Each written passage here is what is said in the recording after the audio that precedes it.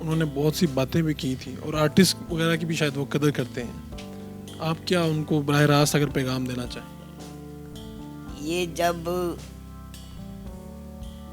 بن رہا تھا نا یہ شوکت خان یہ کینسر اسپتال, اس وقت اللہ جنت نصیب کرے عابد خان صاحب اور میں نے یہی جو وزیر اعظم بنے ہوئے ہیں ان کے 3 شو کیے ہوئے ہیں 1987-88 میں. اسی ہاسپٹل کے لیے شوکت خانم جی. تو میرا ہی جانا ادھر اتنا محال ہے کہ عام بندہ تو دور کی بات سوچے. تو یہ دیکھنے میں کچھ ہے, کہنے میں کچھ ہے, کرنے میں بالکل ہی کچھ ہے. میں نے آج تک سنا تھا کہ یار وہ فلاں تو گرگٹ کی طرح رنگ بدلتا ہے. یہ گرگٹ نہیں ہے, یہ ان سے کچھ اگلی چیزیں ہیں.